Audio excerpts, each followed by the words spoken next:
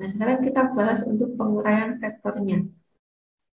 Nah, ini misalkan saya gambarkan sumbu kartesiannya ya, ada sumbu X, ada sumbu Y. Nah, vektor satuan pada sumbu X ini kita beri lambang I topi. Nah, sedangkan pada sumbu Y kita beri lambang J topi ya. Jadi I topi ini sebagai penanda kalau dia itu berada pada sumbu X, pada arah sumbu X. Nah, sedangkan J topi ini menandakan bahwa dia berada pada arah sumbu Y. Misalkan saya punya sebuah vektor A seperti ini.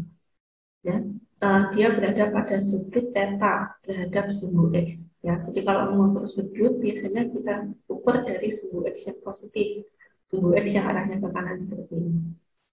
Jadi kita proyeksikan dulu. Dia kan vektor A kan tidak terletak pada sumbu X maupun pada sumbu Y. Jadi kita perlu proyeksikan dulu terhadap sumbu-sumbunya. Misalkan kita proyeksikan dulu terhadap sumbu Y. Ya, kita tarik garis dari ujung vektornya sampai ke sumbu Y. Kita dapatkan komponen vektor A terhadap sumbu Y dalam arah J, ya dalam arah yang terletak pada sumbu Y. Sama halnya jika kita proyeksikan terhadap sumbu X, kita tarik garis dari ujung vektornya sampai ke sumbu X.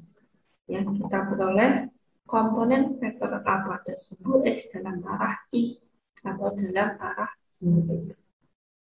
Nah, ini sebagai catatan, silakan nanti kalian catat dulu ya. Nah, nanti di slide selanjutnya akan saya tampilkan, cuma di sini belum saya tampilkan dulu ya. Sini itu sama dengan depan sudut dibagi miring sudut. Kemudian kalau cos, ini adalah samping sudut dibagi dengan miring sudut. Kalau tan, ini adalah depan sudut dibagi dengan samping sudut. Maksudnya gimana nih kalau depan, miring, samping gitu. Dan ini bisa kita lihat dari sudutnya. Ya, maksudnya depan itu berarti dia berada di depan sudut. Nah, misalkan ini sudutnya di sini. Sisi di depan sudut itu sisi yang sebelah sini, ya. Sebelah sini itu depannya. Nah, sini itu adalah depan sudut. Depan sudut. Nah, samping sudut, dia itu berarti sisi lainnya dari sisi miring. Nah, lebih mudah kita cari dulu sisi miringnya ya.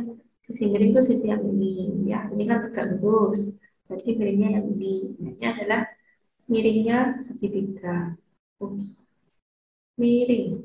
Nah, miring. Nah, kalau ini ada depan, ada miring, berarti sisanya ini adalah samping sudut ya. Jadi dia berada di samping sudut. Ini adalah samping sudut.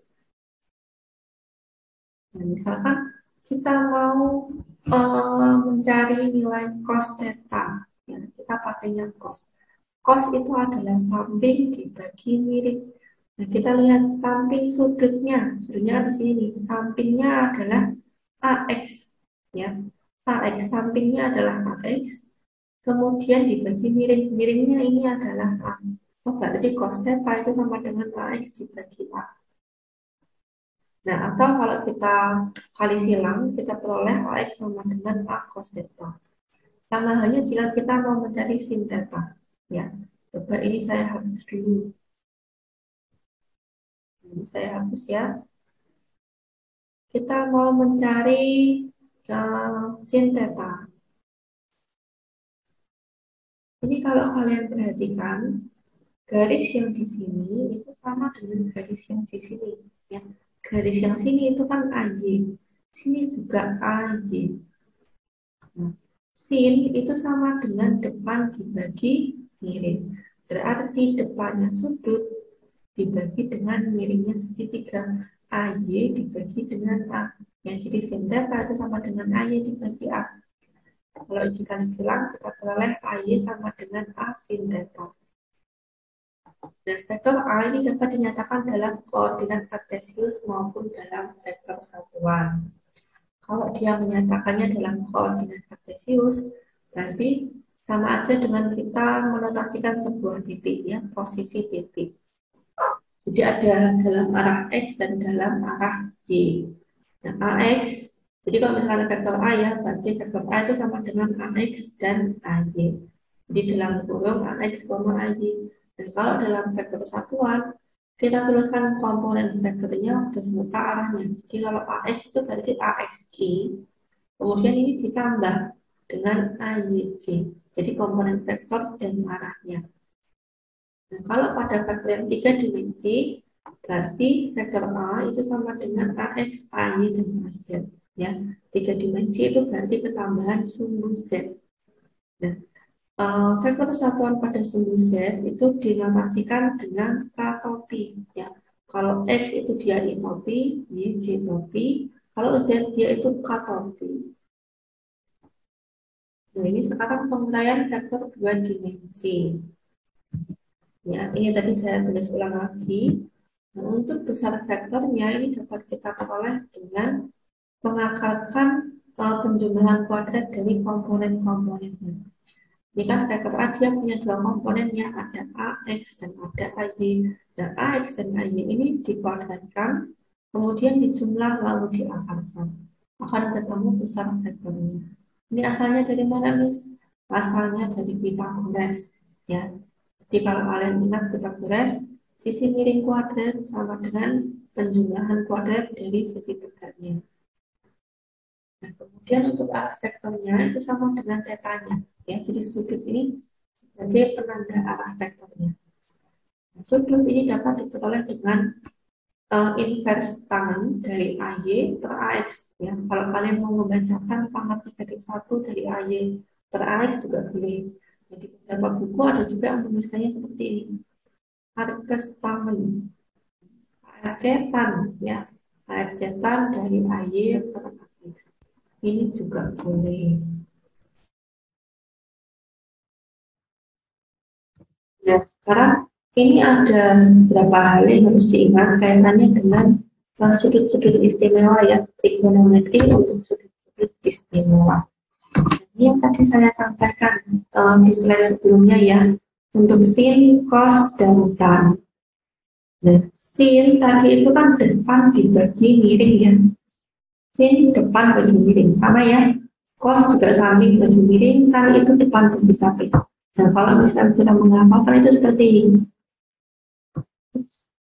Sin geni, kemudian ini cos samping, dan tan desa. Nah, maksudnya gimana, Miss? Kalau sin geni, berarti hafalannya sin itu sama dengan depan dibagi miring. Kalau cos, berarti samping dibagi miring. Tan itu depan bagi samping. Nah, ini ada dua cara lagi nih untuk menghafalkan nilai trigonometri untuk sudut istimewa.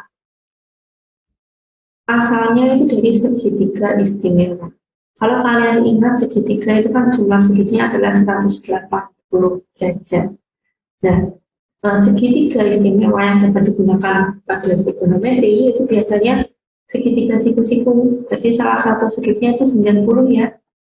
Jadi ada beberapa kemungkinan ketika dia sudutnya 45, 60, 30, atau 5337. Nah, sudut-sudut ini akan sering kita gunakan di pembahasan vektor.